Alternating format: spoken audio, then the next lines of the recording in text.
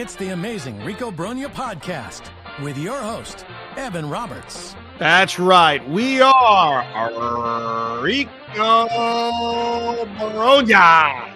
We have made it to the home stretch of this endless spring training that feels like it's been going on for a very long time. We are within a week of opening day. We are within striking distance of opening day, and we are starting to get more clarity on this final 26 for the New York Mets. We'll spend some time on that. The rotation is officially set. Some interesting comments made about Luisangel Acuna, and then we'll go through some great and depressing opening day memories. The way I did it was I closed my eyes the other day, and I said, all right, Evan, think of opening day. Think of Mets opening day memories. And then I opened up my eyes and wrote down the first bunch of things that came to mind. A couple of days ago on the Rico Brogna, I could not remember the difference between opening day 22 and opening day 21 and when the Tom Seaver statue came up. So that didn't fit when I closed my eyes because I've got foggy memories over the last couple of years. So some of these memories are from a while ago. Some of them are a little bit more recent, but we'll get into that a little bit later on the Rico. As far as decisions that have been made, let's start off with some clarity we now have on the final 26. Number one, we know the rotation. There had been rumors over the last couple of days of Tylor Megill making the rotation and Paul Blackburn going to the bullpen. That was confirmed by the manager, Carlos Mendoza, and we even know the order. Clay Holmes opening day, we already knew that. Tylor Megill will pitch game 2 Friday night in Houston against the Astros. Griffin Canning will pitch the finale of that series Saturday night in Houston against the Astros, or Saturday late afternoon, I'm trying to remember. Then they have an off day on Sunday, and then they play 3 games in Miami where we will see the final 2 guys on the rotation to kick it off, which is David Peterson, Kodai Senga, back to Clay Holmes, which means Tylor Megill is doing it again. He's pitching another opening day. He's getting another home opener. Remember, he had a true opening day a couple of years ago when DeGrom and Scherzer were hurt in Washington, D.C. back in 2022. So Tylor Megill has gotten that opening day not a bunch, and barring something crazy, barring injury, barring God knows what, I can't even say rainouts because there will be no rainouts for the first 6 games the Mets are playing, opening up in Houston and Miami, but we will see Tylor Megill open the season in the Met rotation. If you go back a month ago, if you go back to the beginning of spring training when we were trying to project the rotation, this would have been a surprise. And it would have been a surprise for a myriad of reasons. First of all, it took a couple of injuries. It took Sean Manaea not being ready to start the year in the rotation. Obviously, Frankie Montas, which was the first injury we saw. But the other thing that turned out to be a mild surprise was that the Mets didn't put the optionality of Tylor Megill, the fact that he could go to AAA above who they think gives them the best chance to win.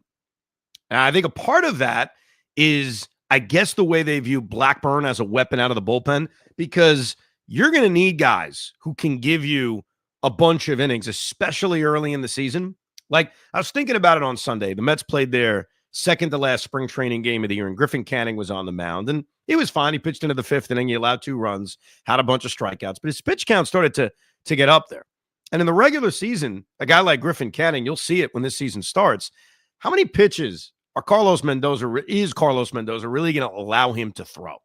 So the pitching line we saw on Sunday, 4 1/3 innings, 4 2/3 innings, 2-3 runs, is a very reasonable pitching line. Well, it's going to be tough to kind of mix and match all the different bullpen arms to get the multitude of outs that you're going to need. So having a guy like Paul Blackburn who can come in and piggyback him and throw 3 or 4 innings, there's a value to that. And clearly the Mets kind of valued Megill higher than Blackburn in that role, especially in the rotation, to then just move Blackburn to the bullpen. But again, going back a month ago, I would have looked at the fact that Megill could be sent down to AAA and stored, and I just would have figured, all right, he's going to go to AAA. Blackburn will be in the rotation, and they'll figure out the rest of that bullpen and who could throw multiple innings in a different way. So I would certainly admit it's a mild surprise, but good for Tylor Megill. I view this for Megill. This is really, and I think I said this last year, so, I could be wrong again. This feels like his last shot. We've heard so much about his stuff and the velocity on his fastball and his spin rate and how much he's grown. He's got to go out there and not allow himself to lose a rotation spot. Because here's the beauty for Griffin Canning and Tyler McGill specifically. If you go out and you pitch well, you will not lose your spot in the rotation. The Mets will find a way for you to get the baseball every 5 or 6 days, whether it's other guys getting hurt, whether it's just figuring out moving someone else to the bullpen, maybe even guys we wouldn't expect right now. So this for Canning, and especially for McGill, this is your moment. This is your shot. Now, I'm looking at this as a Met fan. Okay, what gives them a chance to win once a week when McGill's on the mound? And I've said this before about him. If he can go out and pitch 5 1/3 innings and allow 2 or 3 runs with this offense, that should be good enough. Now, is that good enough for him to keep a rotation spot? Not necessarily. But I'm viewing this the way you guys are viewing this, just as Met fans. How can we win games? And if McGill could at least give you that 5 1/3 innings, get the baseball into the 6th inning, allow 2 or 3 runs, this should, keyword should, be an offense that will be able to make that kind of pitching line stand up. So big opportunity for Tyler McGill. He'll start game number 2 of this season and obviously come around and pitch the home opener.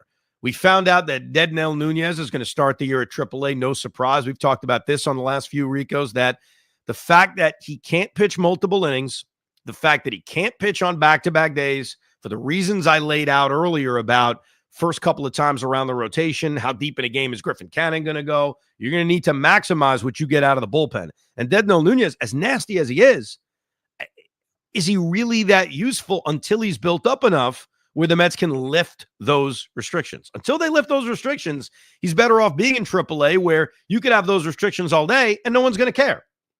David Stearns made this clear when he joined Gary Cohen and Daniel Murphy on the broadcast on Sunday, which is he's a major leaguer.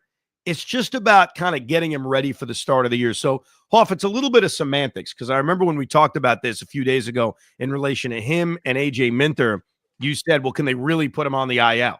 Well, in the case of Dednell Nunez, they didn't have to put him on the IL. He's got options. He goes to AAA. In the case of A.J. Minter, it looks like he's trending in the right direction of being ready. Obviously, if a guy like Minter's not ready, then you're going to have to play the game of putting him on the IL. But in the case of Nunez, no harm, no foul. He gets to go to AAA. They get to slowly build him up. And assuming there's no setbacks and no injuries, we'll see him sooner rather than later.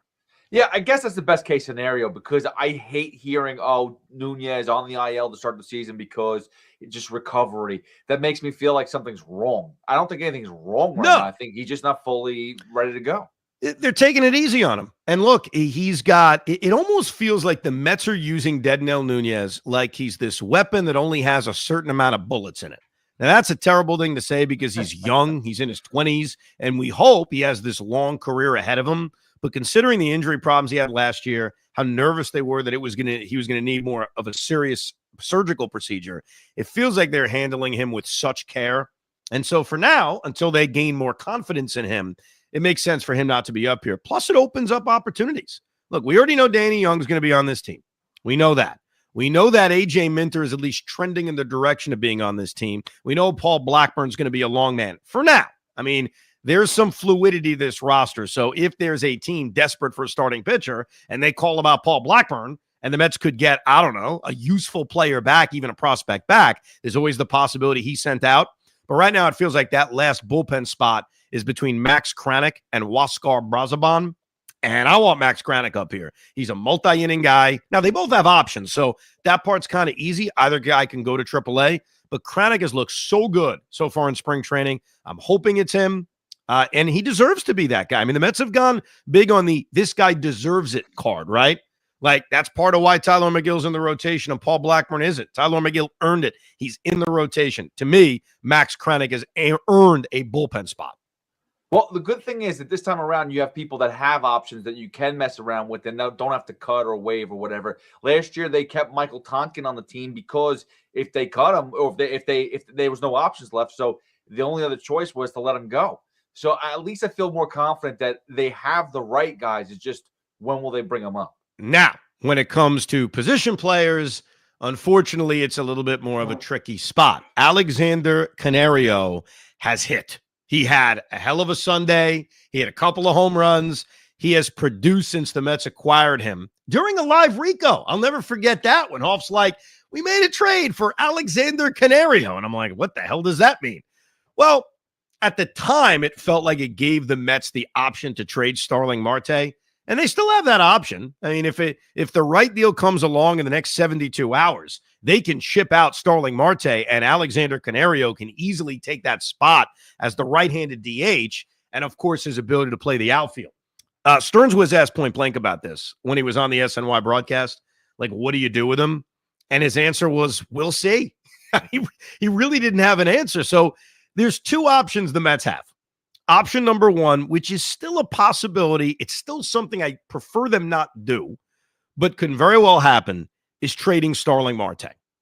They can eat a portion of that contract. Maybe they get back a reliever. So what we were just talking about with Max Kranick and Huascar Brazoban becomes irrelevant. They both go down to AAA because the Mets just acquired a major league reliever for Starling Marte, much like the rumors suggested during the offseason. If they do that, Canario's on the team. Option number two is they lose him.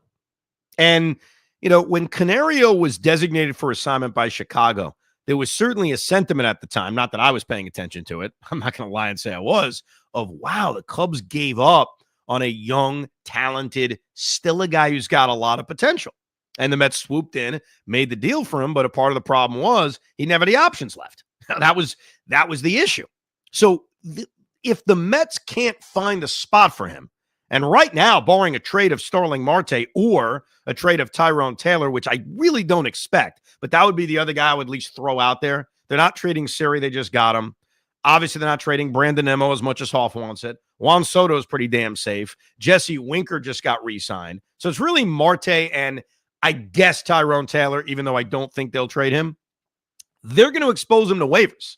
And considering the way he's played in the spring, considering his age, there's no way he's going down to the minor leagues, which is part of why the Mets probably brought in Billy McKinney, because they know Canario is not going to go down to AAA. So it really comes down to just, hey, we gave it a try. We brought him in here. He had a good camp. Didn't work out. There's just no roster spot for him, and he'll end up somewhere else. And by the way, I'll tell you exactly where he should end up. And I know this is the Rico Brogna, but I'll say it on the fan the next couple of days. He should be a Yankee. I mean, I think that's an absolute no-brainer considering the injury problems they have, considering the Giancarlo Stanton problem, considering Canario can play the outfield. He goes on waivers. If I'm Brian Cashman, I'm hitting that waiver button.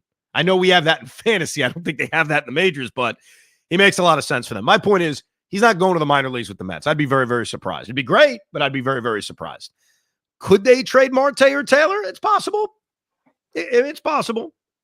Speaking of that, by the way, how do waivers work right now, considering that a game hasn't been played? There's no worst team. Yeah, I think it's reverse order of the final standings of last year, and it goes National League first and then the American League. So a team like the Yankees would probably be in a really terrible position to claim Alexander Canario because you're going the entire National League first and then a majority of the American League. So I bring it up because it's a good fit for them, but honestly, I think he'll be claimed by another National League team. Like if you're the Miami Marlins, why the hell wouldn't you claim Alexander Canario at this point? So you're saying there's a chance the Dodgers get him before the Yankees do?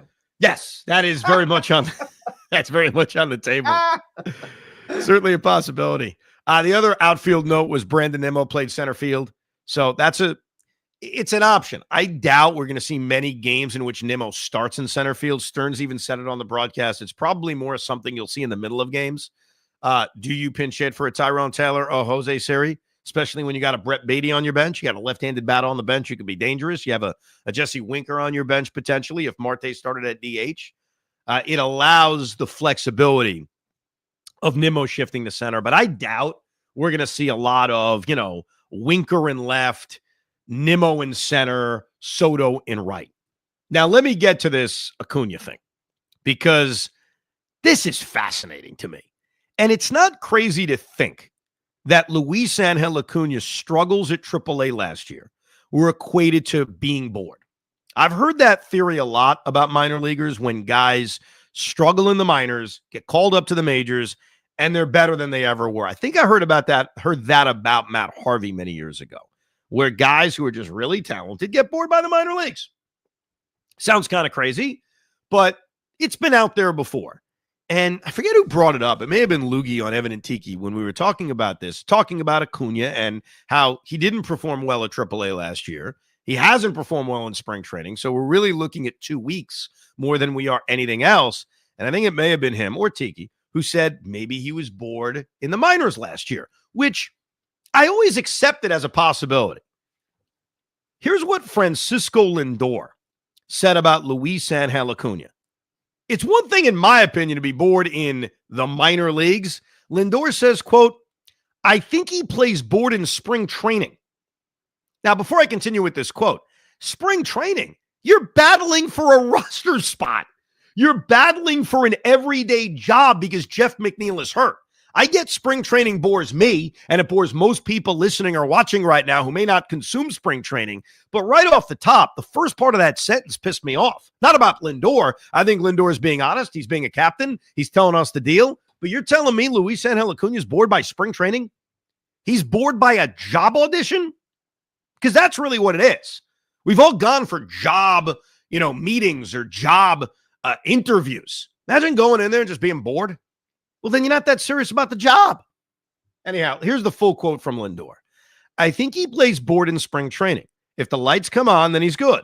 Last year in the minors, he was bored. Probably. He doesn't get amped up for it. It's rare when you see elite big leaguers or good big leaguers dominate the minor leagues. They just get bored. And then they eventually figure out and say, I guess I've got to do a little bit more to get called up. And then they get called up. It wakes them up. Lindor goes on to say, he acts like he don't care, Lindor said. And when you act like you don't care, yeah, you're bored. He's not putting everything he's got into it. It doesn't feel like he's being challenged. I appreciate the captain of the New York Mets, Francisco Lindor, being honest. This does not make Luisangel Acuna look good. I'm sorry. And I don't know if Lindor meant it as a burial. I don't think he did. I think he was just being honest. He was probably answering the question about Luisangel Acuna and his struggles in spring training, even though he looked great defensively at third base on Sunday. I'll give him that. But you bored? You don't realize you got to put more into it? That's a terrible look. And this is a part of why, even though it feels like Luisangel Acuna is going to make this team, because of the fact that Donovan Walton was sent down and De Los Santos was sent down. So there's no other option on this team. As we sit here right now, and we are recording this on a Sunday night, I don't think he's making the team. I think they're going to go out and acquire a right-handed bat who could play the infield and be that super utility player. Number one, like I've said before about Acuna, I don't think they want him riding the pine. I think they want him playing. And while Mendy can get creative to try to get him some playing time and some at-bats, the most of the time second baseman for the Mets is going to be Brett Baty. It's not going to be Acuna. Now, I did make a mistake on the last Rico about the amount of lefties that the Marlins and the Blue Jays have. They could face a second lefty because the Marlins do have a lefty in their rotation. But for the most part, they're going to see a lot of right-handers, which means Brett Baty is going to play every day. But that comment by the captain, that's not just some random observation of a beat reporter, no offense, or my observation. That's the observation of Francisco Lindor. So, Hoff, I ask you, as a guy who's been pushing the Acuna agenda, does that comment by Francisco Lindor worry you a little bit? No, because I think that because here's the thing. I think Vientos had the same issue too, which is why I think that they didn't want to call him up right away. I feel but like he hit in the minors. He did, but there was an attitude issue over there too. There was something was going on that clearly Mark Vientos was not greenlit earlier because of some sort of attitude issue, whether he was lollygagging, whatever the case is. There was something going on that they chose not to bring him up. And I think it's a case. Listen, I'm not saying it's a great sign, but I think this is an average thing with a lot of young players. I think that this happens after a while. After you've hit a peak, why am I not up there? And they have like a little, not depression, but they have a little bit of like a regulation issue. Maybe I'm really crazy for saying this. Yeah. I understand the minor league thing because we've heard it before. Like, this is not a brand new concept of big time prospects being bored, quote unquote, of AAA. I'm more alarmed by the spring training thing. And I know it's spring training and it's Port St. Lucie, Florida, and then you take a bus to West Palm Beach. Why should you be fired up? You should be fired up because you're trying to compete for a job. I mean, here's the reality. Brett Baty's got the best OPS in spring training. That could turn out to mean nothing once this season starts if he doesn't produce. But a big part of why Brett Beatty is going to get this opportunity at the start of the year is because he went into AAA and he performed. I'm sorry, spring training and performed. If Luisangel Acuna hit 340 in the Grapefruit League, right, and walked a bunch of times and stole a bunch of bases and was electric, don't you think the final decision may have been different? Where the Mets may have said, wow, you know what? I tell you, he performed. He really earned it. We have to have him up here and even face some righties. So he blew it, in my opinion. I'm sorry. That is a blown opportunity. So if you're not pumped up and you're bored by something that could have changed your career. It really could have. He could have been the opening day second baseman in an alternate universe. And instead, he didn't have a great spring training. The captain's saying he's bored. And I'm telling you right now, I don't care what the roster says. I think they're adding somebody. I don't think he's going to make the team. Or how about this? Maybe he's just so confident that when he does get the call again, he's like, I've done it before. I can make the majors, and I might not get it right now. Whatever it is, what it is. And if I'm not with this team, if I get traded, so be it. I got to be honest with you, and I'm not saying I'm happy about it. He has a bit of I don't want to say ego, cockiness, but he's got something to him. He's a little flashy. He's confident, man. He is, and it clearly didn't show in spring training. That's fine, but when he was called up last year, he was effective. Here's the problem you run into, okay? If I'm right that he starts the year at AAA and he's bored again and he's hitting 240, but Ronnie Mauricio recovers after he gets a little extended spring training and some time at single A, and then Ronnie, who's going to play second base, third base, and shortstop, hits the ever-living piss out of the baseball, guess who's getting the call-up? Not Luisangel Acuna. So that's the risk you run into. Got to perform. Trade bait, baby. Let's go. If he's clear, he's not going to help us trade bait if he's hitting 215 at AAA. Nah, listen, the name Acuna goes far these days. Trust me. I've heard things about his brother. Here's what Acuna said in regards to the comments that Lindor made through an interpreter. He said, I think in the major leagues, there's a certain level of adrenaline and energy that just isn't there in the minor leagues. So he basically confirmed it. Now, real quick, I'll give you a couple of names. Right before we signed on the Rico, I read about Brandon Drury being released by the Chicago White Sox. He did not make the White Sox, even though Drury had a really good spring training. Drury would be a perfect fit. He can play second. He can play third. He can DH. He's a right-handed bat. And if he performs, you could very well trade him. Or it could make it even easier to trade Starling Marte. Again, it gives you another right-handed option at DH. So Brandon Drury's available. That's an easy pickup. Garrett Hampson was placed on waivers. I'm not sure if he's been picked up yet, but that's another example of just a guy who can kind of serve that role. Because, again, this is not an everyday job that Acuna would be filling or his replacement would be filling. It'd be part-time because Beatty's going to get that first crack to be the everyday second baseman. One last thing before we get into some opening day memories. Kodai Senga is scheduled to make his first start in game 2 of the 3-game series against the Miami Marlins, game number 5. So obviously they've given Senga a little bit more time to get ready for the season. They did the same thing with David Peterson. I don't get it as much with Peterson, but certainly with Senga, they've always handled him with care. He basically didn't pitch last year. So he's going to start the 5th game of the season. And according to team officials, his pitch count in his first start back will be 75 pitches.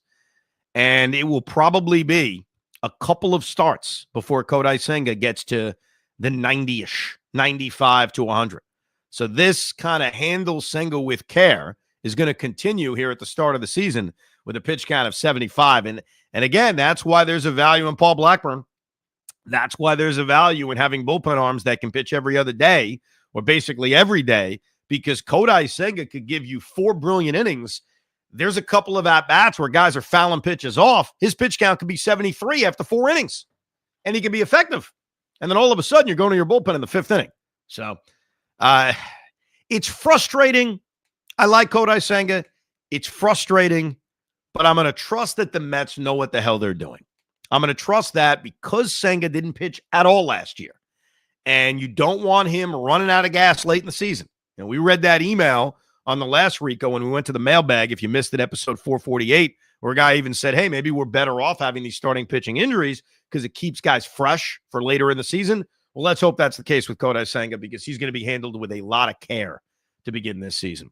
When you head out to Citi Field, which I cannot wait to do in 2 weeks, you can knock one out of the park and raise that apple with Takara Chuhai, a sparkling cocktail that blends real Sochu spirits with the delicious flavors of fruits locally grown in Japan. It will be available at Citi Field in, of course, Fuji Apple. How can it not be?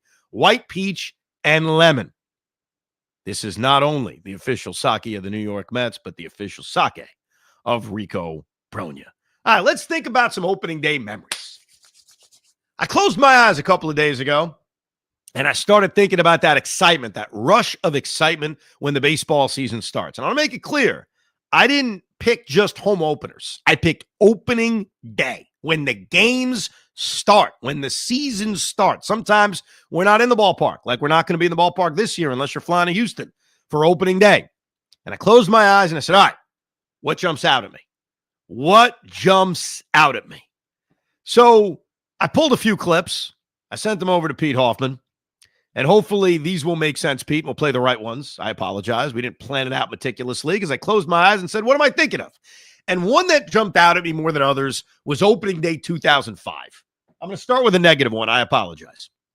Opening day 2005, the New York Mets, the Cincinnati Reds, Pedro Martinez is making his Met debut. This offseason that we just experienced has some similarities. Tiny. It's really not that similar, but tiny similarities to the offseason of 04 and 05 because of the hype of getting to see certain players. Carlos Beltran was signed. We were ecstatic about that. Of course, Pedro Martinez was signed. Willie Randolph was the brand new manager, and it was really a new era in Met baseball because 04, 03, it was the Art Howe era. It sucked. It was awful. It was just very, very different as we began the 2005 season, and it began wonderfully. Pedro gave up 3 runs, but he was striking everybody out. He had a ton of strikeouts. Beltran hit a home run. It was magical. It was all beautiful. And then that son of a bitch, Braden Looper, decided to take this gigantic turd all over our beautiful opening day. I remember where I was for this day. I was working at Sirius Satellite Radio at the time, and I had a night show. So I had my scorebook in a bar in New York City. That's right. One of the rare times I've ever done this, where I scored a game in a bar in New York City. And as Braden Looper came in with a lead, and he decided to flush it down the toilet in like 35 seconds, I'll never forget that feeling. I had a little liquid lunch going on in that situation of just slamming my book and leaving. So, ladies and gentlemen, here's an audio memory of April 4th, 2005. The New York Mets blowing opening day to the Cincinnati Reds. Hit pretty good. Does he do it again? That's going to be gone. What a start for big number 44. A 2-home-run day, the 10th time in his career he's had a multi-homer day. And the Goldust twins are crossing home plate. We've got a brand new ball game, Chris. We're tied at 6. Yeah, Adam Dunn hit his second home run of the game. This was a game-tying home run against Braden Looper in the 9th inning. And then the very next batter, Joe Randa, hit the game-winning home run. It was so typical of what we would see from Braden Looper, which is Braden Looper had this thing. If I'm going to blow a game, I'm not going to make you sweat it out. I'm not going to make you wait. I'm just going to kick you in the nuts and throw you down and put you out of your misery. He had a few like that. He had one at Yankee Stadium, too. I'm trying to remember the situation where he came in, faced like 3 batters, and that was it. It was just, he never got an out, and he didn't even get an out in this one. So opening day 2005 is one that really jumps out at me. But let me give you a positive one. When I had my eyes closed and I was thinking about opening day, I was thinking back to 1996. I was only 12 years old at the time, but the Mets were taking on the St. Louis Cardinals on opening day. It was a rainy, disgusting day. Not a good day. And the Mets were down 6-0. I mean, everything was going bad on this opening day back in 1996 against the St. Louis Cardinals. Now, the Mets would come back and win. It was a great comeback victory, but no one actually remembers how they came back. Like, I'll ask that to the audience. You guys remember how the Mets erased the 6-0 deficit? Probably not. I even looked at my old scorecard. I looked at it. I was like, yeah, I don't remember that. But we do remember one thing from that opening day. and that was Ray Ordonez in his Mets debut. We'd heard so much about Rayo. He's great defensively. He's our Ozzie Smith. This is his first game as a New York Met, and right out of the gate, he made a defensive play we would never forget because Ray Langford, I forget if Ray Langford was the batter or was the base runner. Ray Langford was the batter. Royce Clayton was the base runner, and Langford ripped the ball into the left field corner, and Ordonez, as the cutoff man, caught the throw from Gilkey, was on his knees, and then wheeled around and made a perfect throw to the plate to get Royce Clayton at the plate. And for most Met fans, S. Sal Licata, he'll confirm this too because he loved Ray Ordonez. This was the play of opening day 1996. Ray Ordonez introducing himself to Met fans. And Langford gets one down the left field line. Clayton round second, Langford going into second, and Clayton's going to try to score. Ordonez threw it from his knees, and they got him! There is your first look at what Ray Ordonez is capable of doing. He was on his knees, Fran. I remember that call, and the thing I remember is that last part. He was on his knees, Fran! And I'm not saying that in any kind of dirty way. I'm saying it because I just remember the inquisitive, as you heard in the clip, the inquisitive sound of how he rose. Like, he was on his knees, Fran. How the hell did he do that? I don't know if we've, as a Met community, appreciated enough the defense and brilliance of Ray Ordonez. I think, unfortunately, there were three things about Ordonez's time here that kind of mars appreciating his brilliance. Number one, he was such an awful hitter. Like, it's tough to look past that. He was a walking slump, and he would hit his one home run a year, and when he would hit that home run, you knew he would go through like a 1 for 30 because all of a sudden Ray Ordonez thought he was a power hitter. So number one, I think his offense kind of made you forget and appreciate his defense. Number two, he wasn't a part of the team in 2000 during the postseason run because he got hurt. And when he got hurt, Melvin Mora came in, replaced him. And then in the infinite wisdom of Steve Phillips, he took Melvin Mora and traded him in a package for Mike Bordick. And I know this is probably not fair, but on the Luis Sojo game-winning hit in Game 5 of the 2000 World Series, I always imagine Ray Ordonez making that play. Probably not fair, probably not happening, but I think Ordonez not being a part of that run in 2000 also hurts him. And then the third thing is the way it ended. I think he started ripping Met fans at the end, if memory serves correct. But Ray Ordonez's defense was utterly brilliant. Like, I appreciate Lindor's defense. I appreciated Jose Reyes' defense when he was here.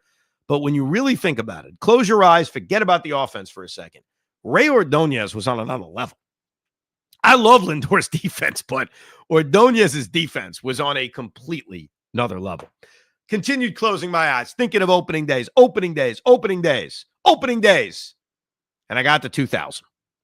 And what's funny about 2000 in Japan is if you ask most Met fans about opening up the season in Japan in 2000, they probably think Benny Agbayani's game-winning grand slam was opening day, but it wasn't. That was the second day of the year. The first day of the year, Mets played 2 games against the Cubs in 2000. It was actually the two first ever regular season games in Japan. So for anyone who hated the opening day this year, doesn't like the new tradition of going over to Japan or going overseas, we started it. We were part of the beginning back in 2000 when the Mets played the Chicago Cubs. But opening day was the day before the Benny Agbayani Grand Slam.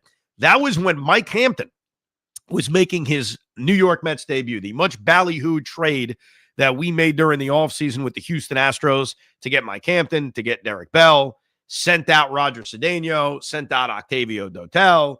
And here is Mike Hampton, the new ace, because he was the ace. He was starting opening day. Al Leiter was not starting opening day, despite everything he had accomplished in 99 and 98 as a Met. It was Mike Hampton. And Mike Hampton could not throw a goddamn strike. He was infuriating. Could not throw a strike. And that is it as far as my memory of opening day. It's literally waking up at 4 a.m, scoring a game that started at 5 a.m, walking into school a little bit late, though more late the following day when Benny hit the grand slam, and being very perturbed by Mike Hampton's debut because he couldn't throw a freaking strike. He just couldn't do it. But that jumps out at me. And I think it's mostly the idea of waking up at 5 a.m. And I brought this up on the Fan the other day. You know, what if we were given the opening day nod in Japan? Like, let's say we were doing it against the Dodgers. Would we be fired up? Would it feel like opening day? Would we be bitching about it? Would we be excited about it? Would we look at it as, ooh, revenge on the Dodgers? Like, what would our sentiment be? Because 25 years ago is a long time. It is. And 25 years ago, I'm a kid, man. I'm just like, great, baseball's here. That was my attitude. I was really just happy that baseball was back. But I wonder if we're given that nod, and we may. It's not crazy. It's not crazy that we're given that Japanese opener in the next couple of years, especially if we do a better job of acquiring Japanese players. Obviously, we still have Kodai Senga, but you never know what the next few years hold. I got to give one more negative. Two more negatives, and I get back to positives. I promise I will end the opening day memories portion of the Rico Brogna with positive memories, but there are a few negatives. Opening day 2003. Close my eyes, thinking about opening days. Opening day 2003 against the Chicago Cubs at Shea Stadium. Two memories. Number one, it was probably the coldest opening day I ever remembered. And I could check my scorebook for that official temperature, but I'm telling you, the temperature started with a 3. Like, it was effing freezing. That's number one. Number two, Tom Glavine got the nod. I, like most Met fans, was not thrilled about the signing of Tom Glavine, but try to make the best of it. He's here. He signed a 4-year contract. What are we going to do? And he goes out and has quite possibly the worst debut a new Met could have. And the funny thing about debuts, I don't know how many people remember this. I barely remember this opening day. That's why I didn't want to use it, because I was very, very young. But I remember vaguely Bobby Bonilla's Met debut back in 1992 after he signed as a free agent. The Mets opened up that year in St. Louis, and they won on opening day in extra innings on a game-winning home run from Bobby Bonilla. You would think, kind of like Gary Carter hitting a game-winning walk-off home run in his first Met game, boy, that would live in history. But that moment did not dictate what Bonilla was going to be as a Met. It was false. It was fake. It's not remembered by most people, honestly. I think, like, when you really think about it, if you're ranking great opening day moments, why wouldn't that be number one or number two on the list? It's not because of Bonilla's legacy here. It's not because that was the worst team money could buy. So what happened next is what dictated us not giving a crap about it, not what happened in the moment. Because in the moment, in 1992, and I promise you, I don't remember my feeling in the moment. I don't remember even watching it. Like, I remember the 92 season. The 92 season is one of the first years I do remember. But the problem is I don't specifically remember the memory of winning on opening day against the Cardinals. It's more something I knew that had happened, if you know what I mean. But that moment was great, but everything that followed it ruined it. Now let's get back to Glavine. So Glavine takes a dump on the mound on opening day 2003 and gets mercifully booed as he walks off the mound. I mean, it was as bad as you will ever see it. And when you think about Tom Glavine's career here, and now we can be a little bit more even-keeled about it, we can be fair about it, he was never what he was with the Atlanta Braves. But I'll tell you this about Glavine, he took the baseball every 5 days. Every 5 days, Tommy Glavine was on the mound.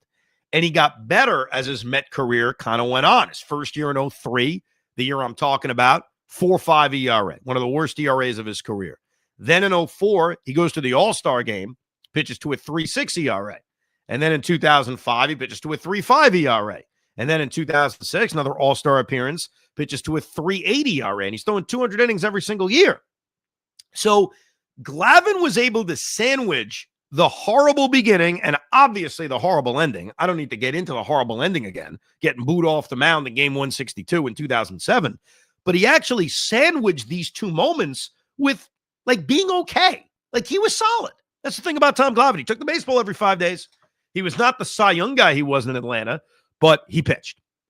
But boy, that opening day of 2003, the combination of getting absolutely destroyed by the Cubs, the combination of it being 25 degrees outside, and Tommy Glavine's debut. And here's the trivia question you're going to ask your friends. Who's the Chicago Cub that day that hit 2 home runs and drove in 7 runs? The answer is Corey Patterson. We don't think of Corey Patterson the way we think of Tuffy Rhodes hitting the home runs off Doc in 1994. But, yeah, Corey Patterson did it to us. So the Cubs have had a few guys torture us on opening day.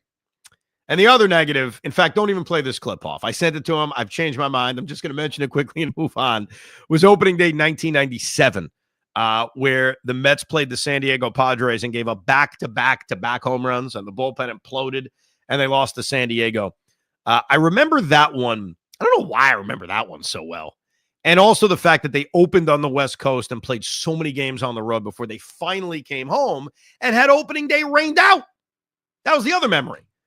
I'm going to give you a couple of surprising ones. 2020. Now, 2020 is a unique season in baseball history in that no one really wants to remember anything from 2020, right? Like what does any of us truly remember? The fact that Ahmed Rosario hit a walk-off home run for the Mets against the Yankees at Yankee Stadium, only because it was just so odd. It was just very, very weird. Or the Mets and the Marlins canceling the game because of a social protest. Like, there's weird things about the season, but nothing very memorable, except for opening day. Opening day 2020 at an empty Citi Field. The New York Mets, the Atlanta Braves. Jacob deGrom dominates.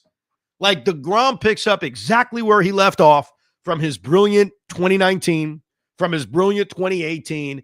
He's gunning for a third consecutive Cy Young, but in typical Met deGrom fashion, they can't score a run until a returning Yoenis Cespedes, who hadn't played for the Mets in years, stepped up to the plate. And Cespedes 0 for 2 in his return. And he drives one deep left field, headed back toward the wall. That ball is out of here! Yoenis Cespedes, more than 2 years on the sidelines. He's back with a home run, and the Mets lead it 1-0 in the 7th. Yoenis Cespedes, the Mets have waited long and anxiously for his return, and he shows why he can be such a force as he clobbers one into the lower seats in left field, and the Mets lead it 1-0. So I think there's a few reasons why that opening day memory is going to die a miserable death in the memory bank of Met fans. And maybe I'm going to be the last person to ever bring it up. Number one, there's nobody in the building. You can even hear it in the clip. There's such an awkwardness to the fact that Yoenis Cespedes is hitting this awesome home run and nobody's around, right?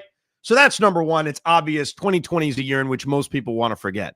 The other thing was how bad the season turned out for the Mets. The Mets did not have a good year. We didn't sneak into the expanded playoffs. We didn't have a good year. And then number three is how miserably it ended for Cespedes. Yoenis Cespedes' Met tenure was so weird and ended so badly. You know, you think back to 2018 when he barely played. In 2017, he barely played too. But in 2018, he barely plays. We hear about, I'm trying to remember the animal that ran him over. The ox? No. The bull? The wild boar. I have a mental block off against the wild boar. I don't know why, but I'll get it because that night we made sure we got an expert on wild boars that called into Steve Summers. So it was a riveting show. Well produced, Hoff. Well produced. Yes, exactly. So he gets run over by the wild boar. He doesn't play in 2019, and then he comes back in 2020, and he was actually terrible for that brief amount of time he played, and then left, and then he walked out. He just left the team. So that home run, again, that's one of those moments that could live in Met history, like Bonilla's home run in 92. But the actions of what happened next really ruin it. But it was a very memorable day. And maybe a part of it for me was missing baseball as much as we did. You know, coming out of the pandemic, people had choices. A lot of people did not care about sports. They kind of looked at the bigger picture and said, yeah, I'm not worrying about this. My attitude was, we need this distraction. I was so excited for the return of the NBA, so excited for the return of baseball. Now, years later, I look back on it, I think those seasons sucked. And there is a challenge on taking it serious. I mean, you hear it when we talk about players. Whenever we get to 2020, either we don't mention it or we just throw it out and say, yeah, it was 2020. So it's such a lost season. But I do admit in the moment, I was very excited. I was excited for baseball to be back. And then, as I closed my eyes, thinking of opening day memories, there was one that came out on top. There was one that, to me, if I'm ranking my favorite opening day memories, this may be number one. Let's go all the way back to 1998. It was the first time the Mets ever played a regular season game in March, which is now commonplace.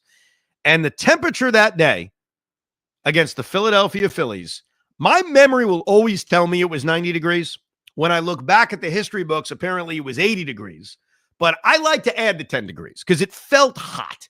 It felt disgusting. Like, I didn't even love the fact it was this hot. But then we settled in for a classic. Bobby Jones pitched a shutout. Kurt Schilling threw a shutout. Ray Ordonez, like he typically does on opening day, made a brilliant defensive bare hand play, I remember. And then, of course, the ending. The ending is very memorable. Bases loaded, 2 outs, 3-2 count, 0-0 game. Like, you knew it. All right, this is it. We're going to find out. And the Mets backup catcher. Because at this point, the Mets did not have Mike Piazza. He was not a Met yet. Todd Hundley was hurt. And the Mets were dealing with a cavalcade of not great catchers. Up came Alberto Castillo for, when I close my eyes, the number one opening day memory on a personal level. About 4 hours and 40 minutes of elapsed playing time. And every pitch has led to this, which will either end it or send us to the 15th, save for a foul. Line drive, base. Put this baby in the books. Mets win. The Mets win on opening day again. How about that?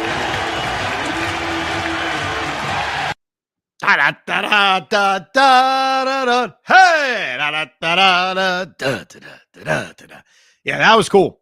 That was cool because it was beautiful outside. Think about sitting there for 4 hours and 45 minutes, but it's 37 degrees. Like, that would have been a freaking nightmare. In fact, most people probably would have left. But on this beautiful, gorgeous afternoon, they capped it off with this great victory. Alberto Castillo with a game-winning hit. The truth is, when you think back to a lot of Met opening days, a lot of the games aren't great, which is a part of why, to me, they're not that memorable. You know, when there's a classic game, whether it is 0-0 into the 14th inning, game-winning hit by a backup catcher, or it's, unfortunately, what happened in 2005, where the Mets blow a 3-run lead in the 9th inning and Braden Looper takes a dump on the mound, or 2020. You know, say what you want about the season. The game was very memorable. A lot of the games, unfortunately, are just not that memorable. I wonder what we'll think about last year's opening day, because I think our lasting memory is going to be the Rhys Hoskins, Jeff McNeil kerfuffle, or maybe the kerfuffle between me and Spike Eskin. But as bad as that opening day was, as listless as it was, we know it led to something great. And I think that's the key to all this. It's usually, what does it lead to? So as we sit there on opening day on Thursday afternoon against the Houston Astros, and yes, there will be an instant reaction, Rico, as soon as we can, as soon as we physically can, after that game is over. It's not just about the game. It's about what happens next. Obviously, Juan Soto had a pretty good opening day in Houston last year. The outfield assist, the big hits, the home run. Like, he was unbelievable in his first game as a Yankee in Houston. We'll see if he can replicate that as a New York Met. I've said this before. We are marching to opening day with a Rico every single day. What kind of Ricos are you going to hear over the next 5 days? I'll tell you a few of them. We will have a tradition like no other. Mets versus Yankees bets. We like to set them up here on the Rico. That's just for Yankee fans. For Met fans, you can play at home as well, where we pick 5 or 6 or 7 Mets versus Yankee bets, discuss it on the pod. And then if you like those bets, you can take it at home. Just make sure you do it responsibly. We will bring on the Mets text chat. The text chat I'm involved in that I talk about quite frequently here on the Rico Brogna. The gentleman on the text chat will join the Rico. And until Pete Hoffman gets a phone in which his text message turned blue, this will be the closest Pete will ever get to the Mets text chat, which is talking to us on the Rico. But as long as he remains green, it's never going to happen, Hoff. I got to be honest, Ev. I think I'm going to boycott this episode and skip it. So come on. No, I don't want. Listen, I've told everybody. You've even offered this as a gift. I'll buy you an iPhone for. I did. I said that. I said I'll buy him a freaking new phone. Not doing it. Not doing it. I'm a Samsung guy. Let's go Galaxy. We will also make MLB predictions. We'll have an episode about that. We'll make specific Mets predictions. We have an episode on that. So we've got a lot of Ricos coming up as we head towards opening day. It's our march towards opening day. You want to email the pod to ricob@gmail.com, ricob@gmail.com. Remember to rate, subscribe, and download Rico Brogna's. We pop them out all the time. Thank you very much for listening to another edition of Rico Brogna. We hope you enjoyed this episode of the Rico Brogna podcast. It's amazing, isn't it? Make sure you download it now to keep it on you at all times.